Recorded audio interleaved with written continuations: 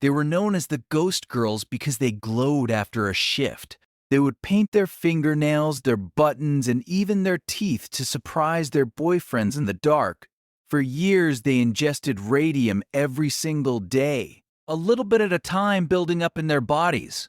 But radium is a chemical imposter. To the human body, it looks exactly like calcium. The body takes the radium and, thinking it is bone-strengthening calcium, deposits it directly into the skeleton. Once inside the bone, the radium began to fire radiation into the surrounding tissue, destroying it from the inside out. The horror started slowly.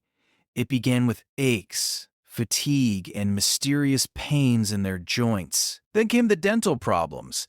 Teeth began to rot and fall out without any apparent cause. One worker, Molly Maggia, went to her dentist with a toothache. He pulled the tooth gently, but when he pulled, a piece of her jawbone came out with it. Her jaw had disintegrated into a honeycombed mush.